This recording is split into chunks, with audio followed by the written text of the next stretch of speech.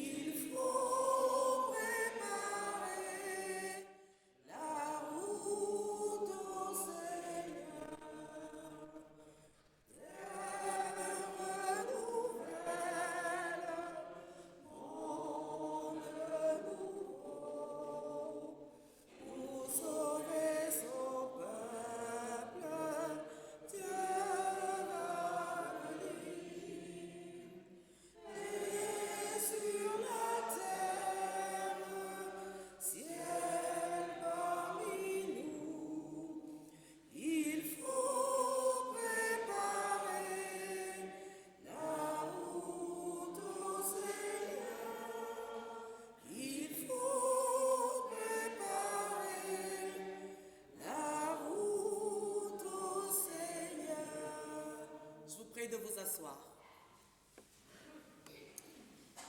Pour notre communauté, c'est d'autant plus un jour de joie que nous rendons grâce à Dieu pour la présence de l'association Partage sans frontières, que l'on ne présente plus, mais qui prendra le temps de partager avec nous un de ses projets.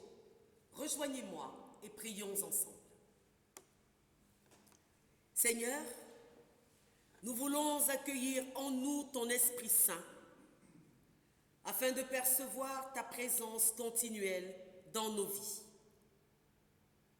Toi qui, en ton Fils Jésus, marche à notre rencontre, offre-nous ce matin un cœur reconnaissant, un cœur de louange et d'adoration. Toi qui es lumière, donne-nous de reconnaître en chacun et en chacune la lumière de la paix et de la fraternité. Amen. Levons-nous pour invoquer parmi nous cette lumière.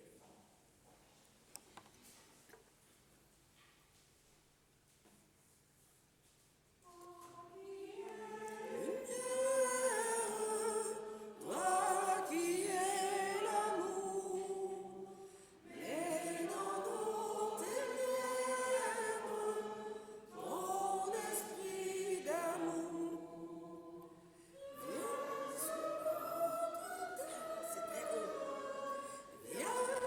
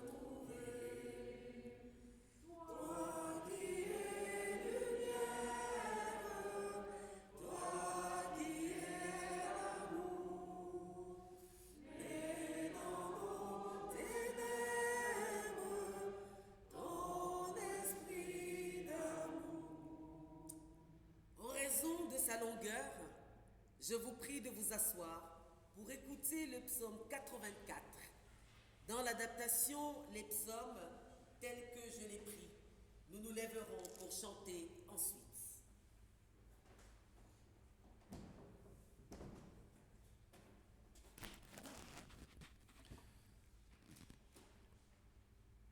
Qu'il faisait bon être chez toi, mon Dieu. J'en ai un souvenir si fort.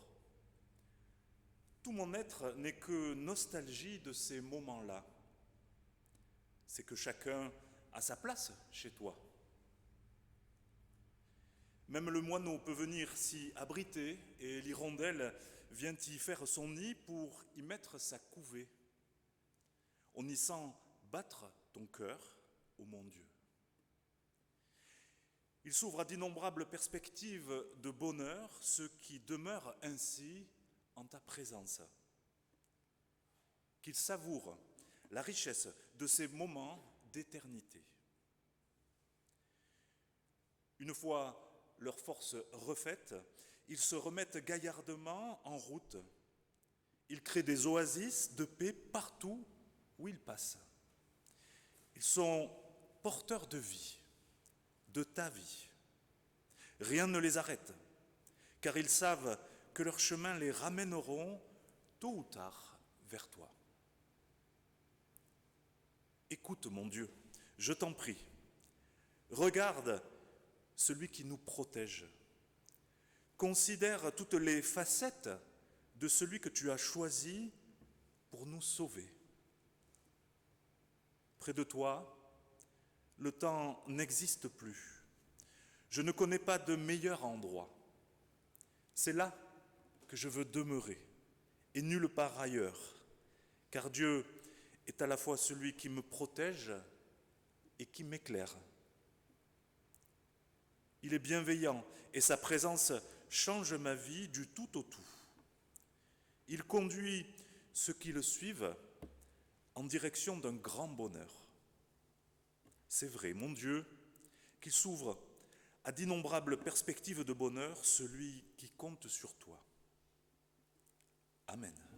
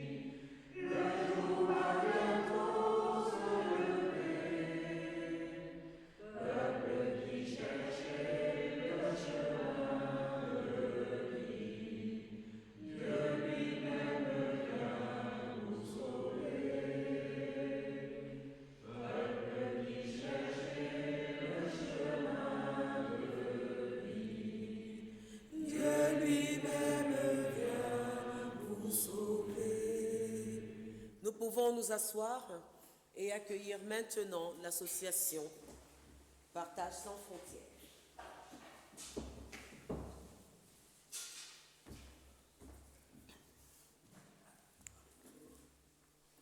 Bonjour à tous et tout d'abord un grand merci pour cette belle fin de semaine que nous avons tous vécue ensemble et qui nous a fait chaud au cœur, notamment hier soir autour de l'Amérique latine, de la chorale donc de Bourg-les-Valences et puis du V2R, oui pardon, donc une chorale élargie puisque certains d'entre eux, n'ayant pas chanté avec Yvette depuis quelques 25 ans, se sont résolus à venir pour se grouper autour de la Missa Criolla. Et je voudrais placer aussi ce moment en évoquant le souvenir, et puis qui sont toujours présents à nos cœurs, de Jacqueline, de Michel et d'Anne-Marie, de plein d'autres, de Greg, d'Olivier, dont certains nous ont quittés, certains ne sont plus là, mais qui ont été chevilles ouvrières de ce temps de culte de mission. Et je voudrais vraiment les porter dans notre cœur, puisqu'ils y sont infiniment présents. Alors, on a parlé Amérique latine hier soir, on va évoquer un peu Madagascar, puisque nous, en tant que Partage sans frontières, qui existe depuis 44 ans, ce qui témoigne d'une longévité, mais une longévité qui n'aurait pu se perpétuer si tous, groupés que nous sommes, nous n'avions contribué à cet effort-là. Alors, on va évoquer la petite ville de Morondave, qui est une ville située dans la province de Tuléar, donc au sud-ouest de Madagascar, un lieu touristique s'il en est, puisqu'il y a des cocotiers, des baobabs, des plages de sable fin et qui parfois attirent de riches touristes, mais en même temps une misère que certains ne veulent pas voir. Madagascar, grande île comme on l'appelle, qui est en proie à des troubles politiques, par euphémisme dirons-nous, puisque une jeunesse très méfiante du pouvoir en place s'est levée, a manifesté dans les rues, on les a appelés la Gen Z. Il y a un colonel qui a pris le pouvoir, semble-t-il, pour un moment de transition. On va voir ce qu'il va en advenir. Et on a en tout cas depuis des années au pouvoir de grandes familles qui se partagent le pillage et la corruption qui frappent toute l'île, alors que c'est une île qui regorge de minerais, de richesses en sous-sol, de savoir-faire humain aussi, puisque rarement j'ai vu des personnes aussi douées de leurs mains et capables de réaliser de broderies, du travail autour du bois extrêmement fin. Et au milieu de tout ce monde dont certains sont oubliés, il y en a encore de plus invisibles que d'autres, ce sont des handicapés, puisque dans ces familles pauvres, qui font parfois travailler les enfants, non pas par goût du travail des enfants, mais pour essayer de faire survivre la famille, c'est-à-dire que les enfants, dès leur plus jeune âge, concourent aux travaux des champs, gardent les plus jeunes, s'initient pour les filles aux tâches de corvée de bois, puisque souvent on utilise le bois pour faire chauffer le repas, le maigre repas. Et au milieu de tout ce monde des invisibles, il y a encore plus invisibles, ce sont les handicapés, considérés parfois comme des bouches inutiles à nourrir et de fait exclus, mis au banc de la société quand ils ne sont pas persécutés. Donc la sœur Adeline, puisque nous travaillons en tant qu'association laïque, mais nous travaillons malgré tout, et nous en sommes heureux, avec une congrégation de sœurs catholiques qui sont comme des agents actifs, très très actifs de développement, et notamment sœur Adeline qui témoigne d'une énergie peu commune pour faire avancer des projets autour du handicap. Et elle a, depuis le temps qu'elle est à Morondave, c'est-à-dire depuis 1995, concouru à développer largement un foyer autour des handicapés, tout en voulant les insérer le plus possible dans la vie quotidienne et que ces personnes handicapées ne soient plus considérées comme une charge pour leur famille, mais bien comme un élément vivant, moteur et riche de savoir-faire. Alors, nous sommes donc dans l'Église catholique, donc c'est en 1989 que s'est ouvert le centre sur l'initiative d'un évêque. Je vous passerai le nom, parce que les noms malgaches sont à rallonge, figurez-vous, et qu'on me trébuche bien souvent sur les dernières syllabes. Alors en 2022, ce centre comptait 156 personnes handicapées physiques qui recevaient des soins et de la rééducation. Ça concernait 204 familles qui entourent cette personne, 28 personnes malvoyantes, 17 personnes sourdes, 32 personnes en situation de déficience intellectuelle. Puisque vous voyez, Adeline a eu à cœur de couvrir, entre guillemets, toutes sortes de handicaps, tant moteurs que mentaux. Et ça, c'est extrêmement important, tout en essayant de générer une forme d'autonomie et de savoir-faire au sein de ces handicapés. Alors, elle a fait appel à Partage sans frontières et depuis 2019, nous accompagnons ce centre. Alors, on a commencé par un élevage de poules pondeuses. Alors, on est devenu expert pour savoir la ménopause de la poule. Mais oui. Combien ça pondait d'œufs pour essayer de voir si le projet à terme pouvait être rentable, et il l'est, puisque d'abord les jeunes malgaches ne mangent pas beaucoup d'œufs, donc c'est quand même un apport protéinique non négligeable sur leur nourriture. Donc ces poules pondeuses ont permis à certains jeunes de gagner en autonomie, de se responsabiliser quant au gardiennage des dites poules. Et d'ailleurs, il y a eu des vols, donc on a été amené à en financer en 2022 une clôture pour protéger l'élevage des poules. Mais entre-temps, il y avait eu un magnifique projet autour... Je ne vois pas les images, ils s'adaptent.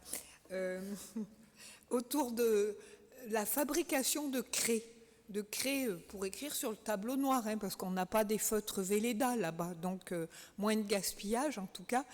Et ces jeunes ont fabriqué des craies qui a permis de développer un petit marché pour les écoles alentours et qui achètent des boîtes de craie. Et là aussi, ça permet une autonomie, une forme de rentrée d'argent, une responsabilisation et un travail quotidien au sein d'ateliers de jeunes handicapés. Ensuite, la salle de kiné menace en ruine. Il y a toujours un élevage de poules, mais il y en a plusieurs de poules. Oui, il y en a plus qu'une quand même, parce que... Voilà. Donc, la salle de kinésithérapie, en 2022, on a racheté de l'outillage, surtout peint la salle, refait les fenêtres et autres, puisque celle-ci tombait en ruine, et qu'il y faut, sans parler d'un confort extrême, quand même une certaine fonctionnalité, et aussi important, il y faut des personnes diplômées, en capacité d'apporter de la rééducation. Et pour, entre guillemets, là encore, les attirer, il faut des locaux dignes de ce nom pour que les personnes, il n'y ait pas trop de turnover dans le personnel. Parce que c'est ça le gros problème à Madagascar, notamment pour les écoles, c'est que les bâtiments sont parfois dans un tel état que les agents nommés par l'État ne veulent pas s'exiler dans les campagnes et qu'ils repartent dès que l'occasion leur en est donnée. Alors, cette salle de kiné fonctionne à plein. Il y a donc des gens formés, diplômés, qui entourent de leurs soins des handicapés physiques dans la rééducation. Alors, certains doivent loger sur place, les familles notamment qui accompagnent, et ils s'entasser dans des toutes petites pièces. Et donc, on nous a demandé en 2024 de construire un bâtiment de 65 mètres carrés pour 5 778 € qui allait accueillir les familles. Et les amis Thierry et Françoise qui sont allés à Madagascar en 2025 nous ont dit que ça fonctionnait à plein et qu'il y avait beaucoup de familles qui continuaient malgré tout à être un peu serrées dans les locaux, mais que c'était fort utile. Voilà, donc on fait appel, Sœur Adeline chaque fois nous envoie des devis et après nous envoie des factures, sachant que les courriels et autres joyeusetés informatiques, c'est pas toujours évident quand on est au fin fond de la campagne malgache, et qu'elles ont souvent bien autre chose à faire que de nous correspondre des nouvelles, et malgré tout, eh bien, on en a tout à fait régulièrement. Oui, 2025 me souffle Bruno, j'y suis, ça va. On a créé des ateliers. Alors, qui dit atelier dit pièces ouvertes sur la rue, destinées, comme leur nom l'indique, à accueillir des ateliers autour donc de la fabrication de pain, oui, réparation, coiffure, des tresses pour les femmes, précise la sœur Adeline, et coupe classique de cheveux pour ces messieurs, de couture aussi d'hébergement, d'hôtellerie. Et donc ces ateliers donnant sur la rue, pour des handicapés, c'était ennuyeux parce qu'il y avait un fossé, une sorte de fossé pour aller dans la rue.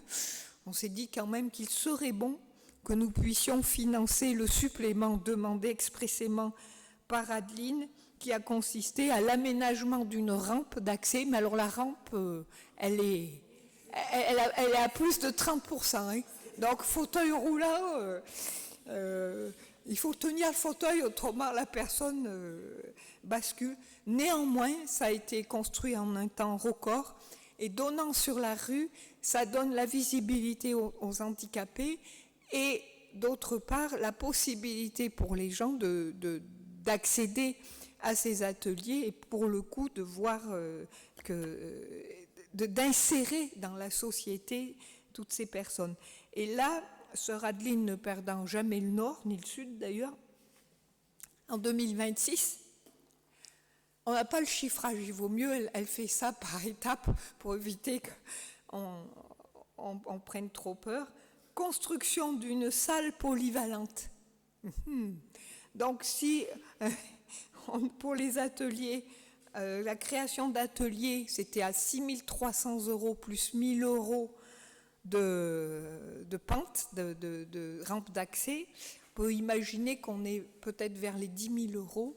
Voilà, toujours est-il qu'il y a une inflation de projets autour de Madagascar, et que véritablement, ce qui est désolant, c'est qu'il y a 25 ans, voyez-vous, on se disait pas trop d'ailleurs, mais on disait peut-être qu'un jour on n'aura plus besoin de nous, qui sait? Eh bien, loupé, parce que voilà, il y a toujours des inégalités criantes dans le monde. Madagascar en est un vivant exemple. Voilà, je vous remercie et merci encore pour ce beau moment.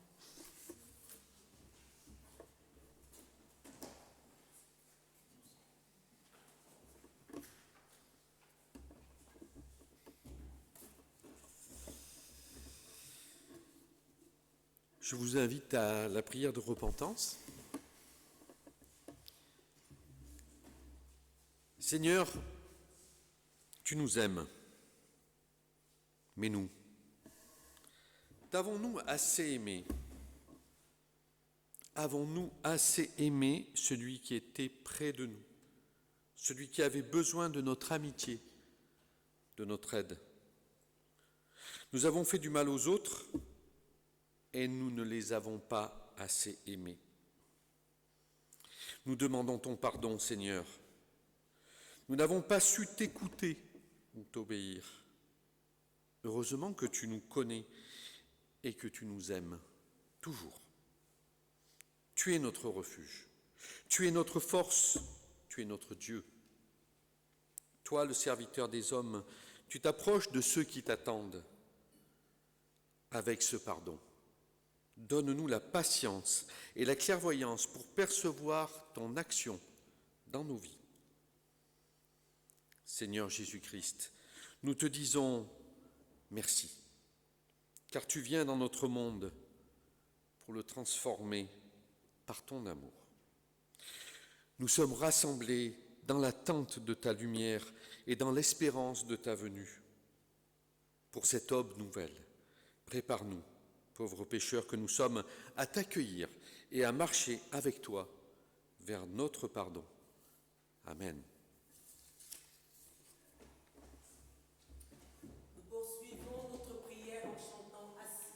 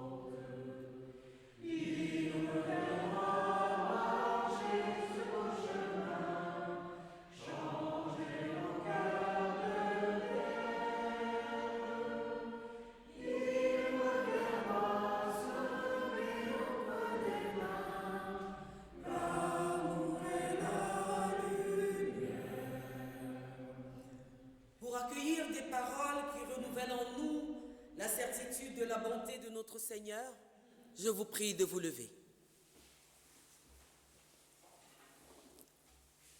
De tout temps, Dieu dont la toute-puissance et amour entend les prières et ressent les cœurs sincères. Il a toujours accepté de renouer une alliance avec le peuple qu'il s'est choisi. C'est ainsi que par le prophète Ésaïe, l'Éternel a dit: quand les montagnes s'éloigneraient, quand les collines chancelleraient, mon amour ne s'éloignera point de toi, et mon alliance de paix ne chancellera point. En Jésus-Christ, la parole de Dieu faite chair, vous êtes libérés de tout ce qui fait mort en vous. Enfants de Dieu, vous êtes libres et aimés par le moyen de la foi.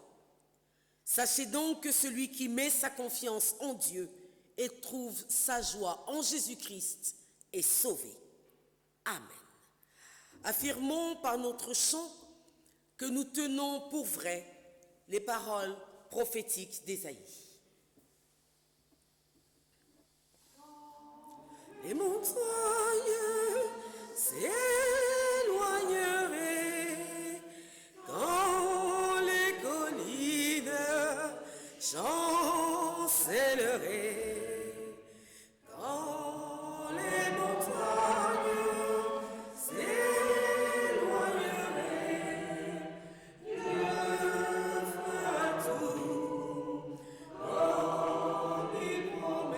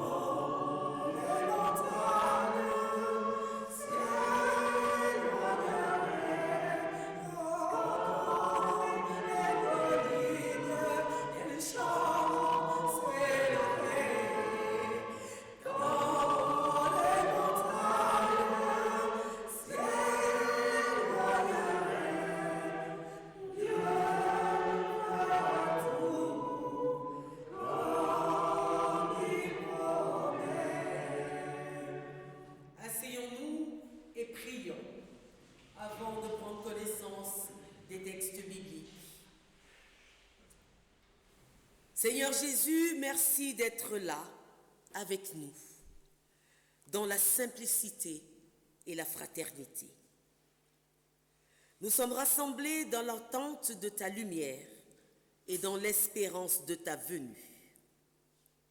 Toi, Père, prépare-nous encore afin que nous soyons prêts à l'accueillir et à marcher avec elle.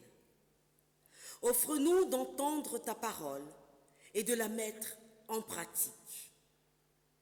Au nom de Jésus-Christ, notre Seigneur, nous t'avons prié. Amen. Nous lisons dans le livre de l'Ecclésiaste, ou Qoéleth, en son chapitre 4, les versets 9, puis de 10, la première partie, à 12. Deux valent mieux qu'un.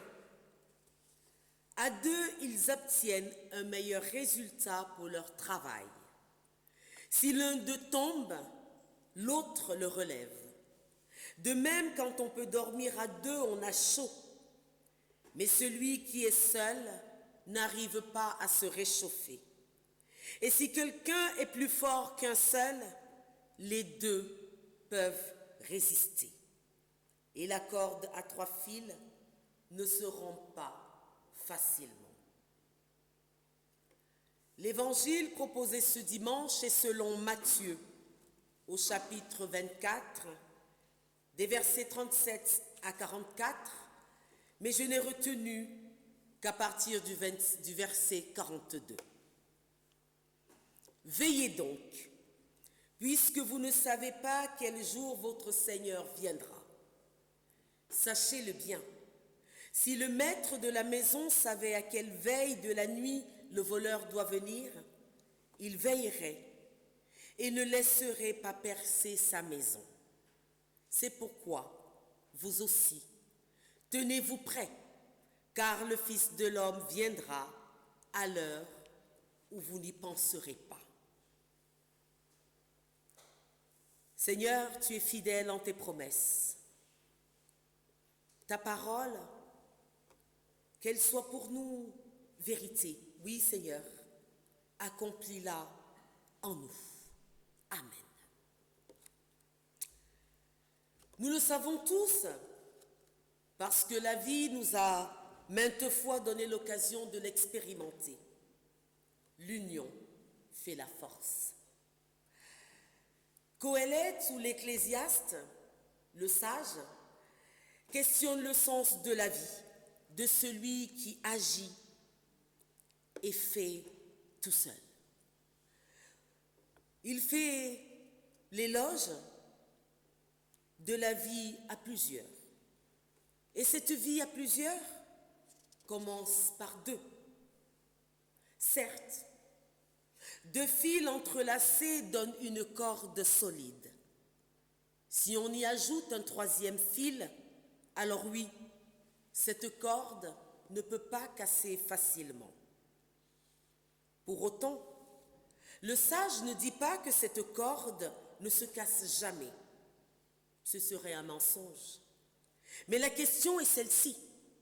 Lequel des trois fils commence à se détacher des autres et fragilise la corde?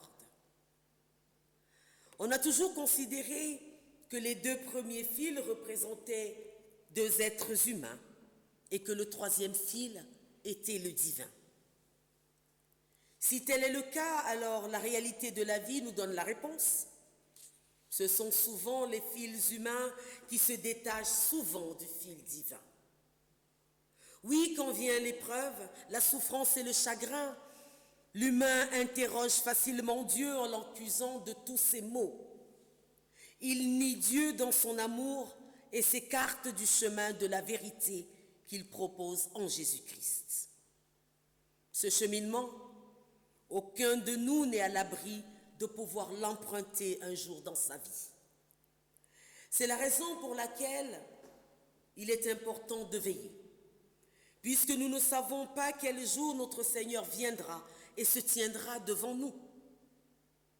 Il s'agit ici de maintenir une foi vivante et non assoupie. Il ne suffit pas d'y penser, mais d'essayer d'y consacrer un peu plus de temps. Il est vrai qu'on ne parvient pas toujours à se préparer pour accueillir sereinement les événements difficiles. Mais lorsqu'on ne veille pas, lorsque la foi n'est pas en éveil, on se retrouve encore plus fragilisé, comme une maison fracturée par le vent. Pour emprunter les mots de ce beau chant de Jeunesse en mission, si nous avons conscience que nous sommes une maison pour le Christ, si nous pensons que nous sommes un autel pour prier son nom, un lieu réservé pour sa présence, assez beau et bon pour qu'il l'aime, qu'il y reste, qu'il s'y arrête, y demeure et y brille par sa lumière, alors nous vivrons solidement ancrés au troisième fil. Si nous nous vivons comme le temple du Saint-Esprit, que nous nous offrons en habitation pour la gloire du Christ, afin qu'il habite en nous, alors pour nous et pour notre prochain, nous serons une maison porteuse de mots d'adoration, de louange, de prière, consacrée à l'amour de Dieu. Comment ne pas essayer d'être un des fils? Car c'est bien ce que vous faites, vous, de l'association Partage sans frontières. Je rends grâce à Dieu pour votre existence, parce que vous êtes veilleurs, parce que vous êtes ces fils. Vous êtes, oui, un de ces fils auxquels le prochain peut solidement s'arrimer pour ne plus être seul, sans voix et dans la désespérance. En contribuant à rendre l'opinion publique plus sensible aux problèmes des défavorisés, des pays pauvres du monde, en aidant à faire émerger des projets de développement destinés aux populations en difficulté, oui, je le dis, vous êtes le symbole fort d'une maison pour le Christ, d'un autel pour prier son nom. Oui, nous connaissons des temps de troubles, tous, dans nos vies. Mais comment ne pas être sensible à ceux qui naissent, vivent et meurent dans ces troubles? Quelle chance avons-nous de pouvoir entendre le silence? Il n'y a pas de bombe, il n'y a pas de cri. Et pourtant la misère est là aussi. Et nous qui sommes là, dans la maison de Dieu, ne pouvons nous empêcher de nous rappeler que nous faisons partie des fils, que nous sommes ces brins, et que chacun de nous contribue, ne serait-ce qu'un tout petit peu, ne serait-ce que par votre présence aujourd'hui, à entendre et à partager ce que font nos frères et sœurs en humanité et en Christ. Oui, nous sommes les brins, et en cela, nous sommes veilleurs. Et parce que nous sommes là, parce que nous essayons d'être les voix de ceux qui sont sans voix, alors nous faisons la démonstration que l'humanité toujours se tient debout, que tout n'est pas perdu et que Dieu marche encore et toujours vers sa création malmenée. Par la foi qui est la mienne, je veux croire que l'incarnation d'un Dieu qui a choisi de naître dans la fragilité et la faiblesse est l'un des plus beaux symboles de la nécessité de prendre soin les uns des autres. Oui, je le pense. Chacun de nous pourrait être pour l'autre une corde, afin qu'ensemble, nous nous laissions consolider par le fil divin.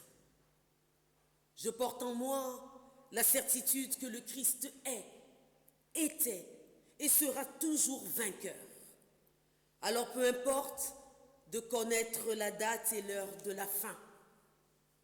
Et ce que je souhaite vraiment partager avec vous ce matin est ceci. L'action de grâce que j'adresse à Dieu pour lui dire merci. Merci de nous donner la possibilité de vivre chaque jour, non pas comme une fin, mais comme un commencement.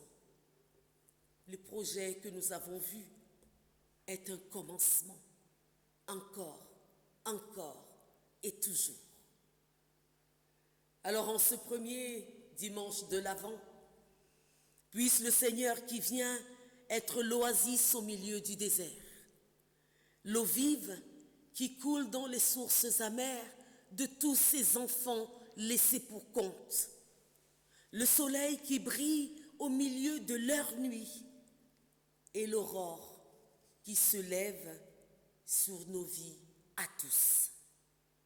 Amen.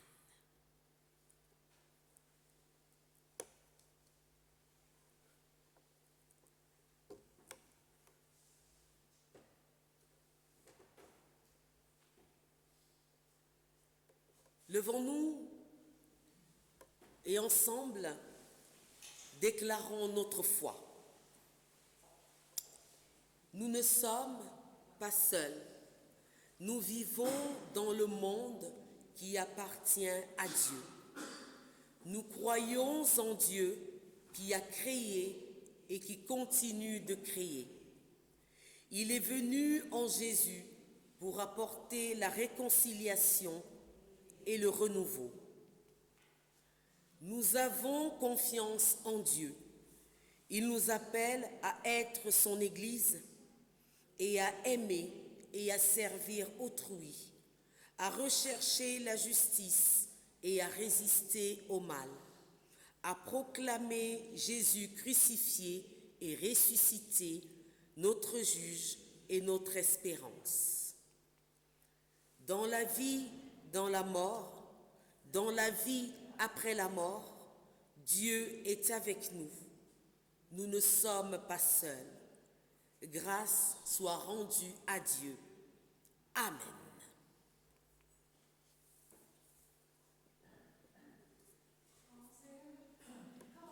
Veillerons nos cœurs à la voix du Dieu vivant. Nous retrouverons la source du bonheur. Quand se lèveront nos mains pour chanter le Dieu vivant, nous retrouverons l'espoir des lendemains. Il saura briser nos armes, il saura changer nos cœurs, il viendra sécher nos larmes.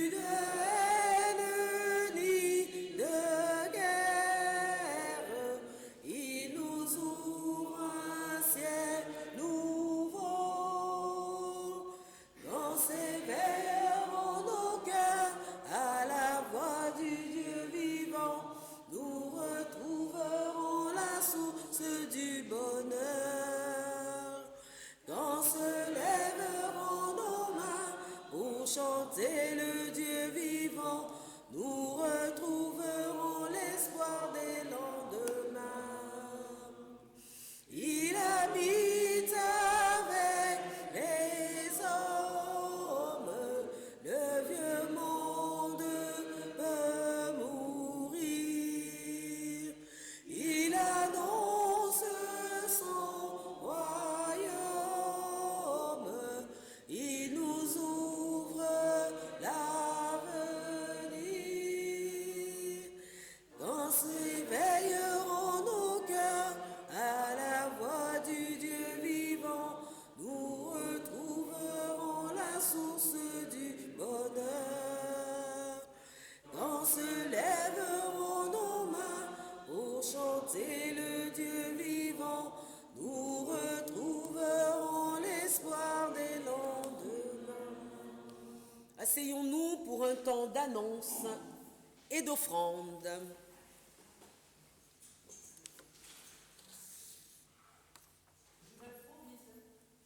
Oui.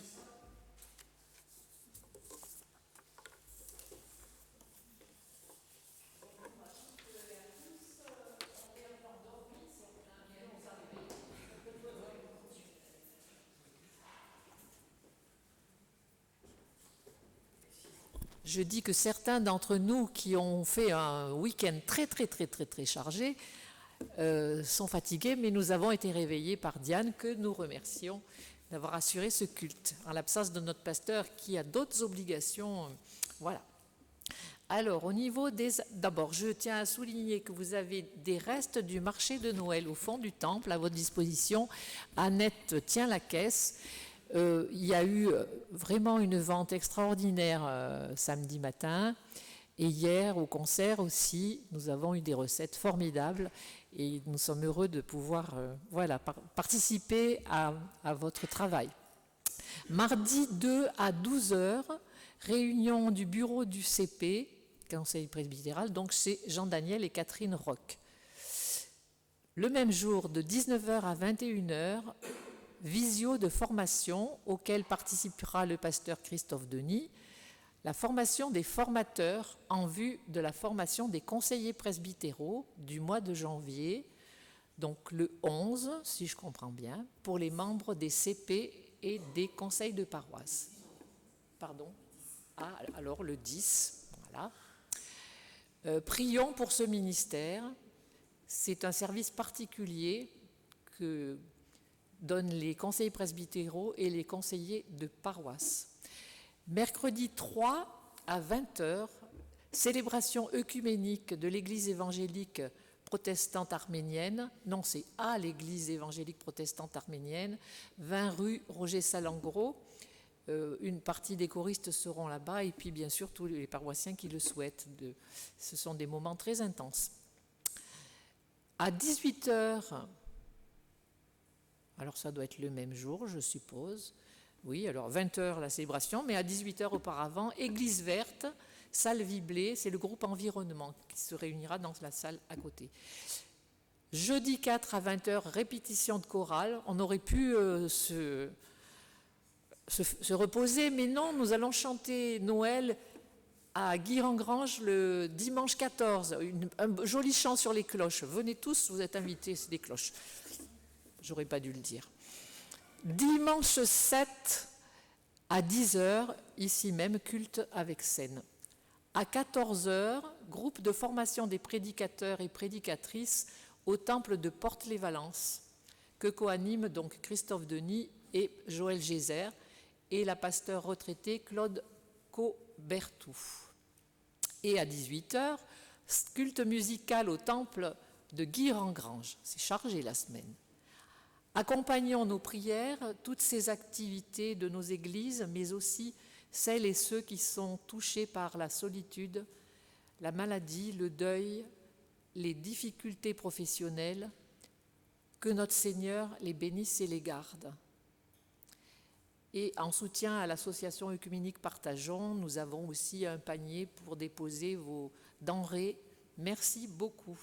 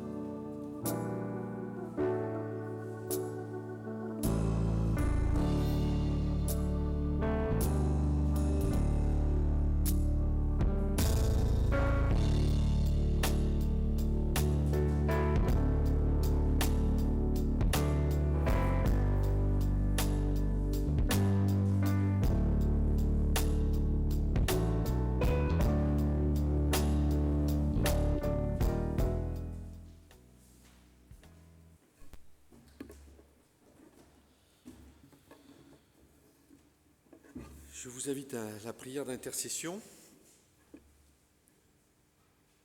Nous prions pour les autres, puis nous tirons tous ensemble notre Père. Dieu notre Père,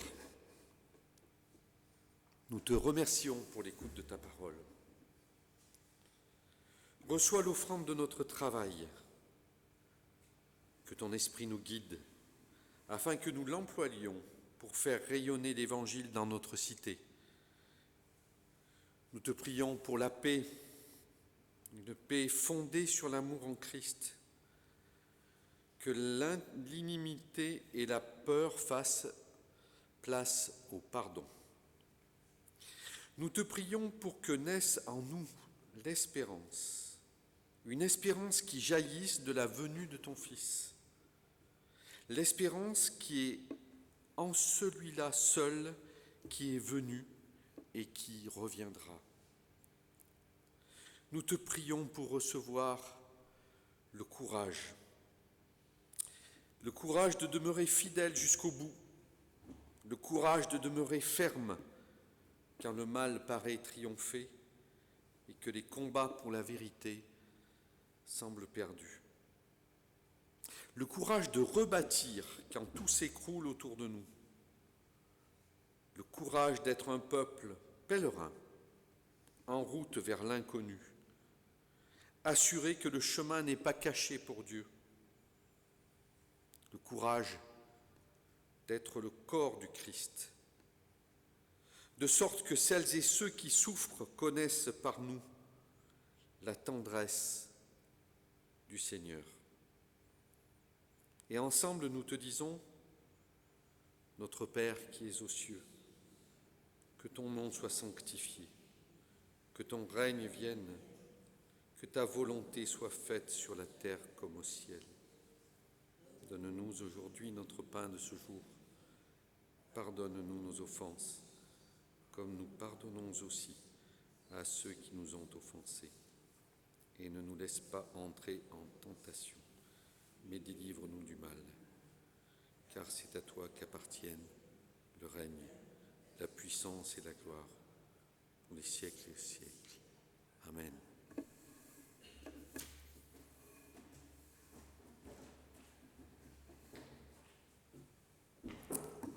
Je vous prie de vous lever pour accueillir une parole d'envoi et la bénédiction de la part du Seigneur. La parole nous a mis en éveil. La lumière nous trace un chemin. Nous voici alertés d'une venue prochaine. Proclamons avec joie la promesse. Il vient, celui qui est bénédiction. La grâce de notre Seigneur Jésus-Christ, l'amour de Dieu le Père et la communion du Saint-Esprit soient avec vous tous, dès maintenant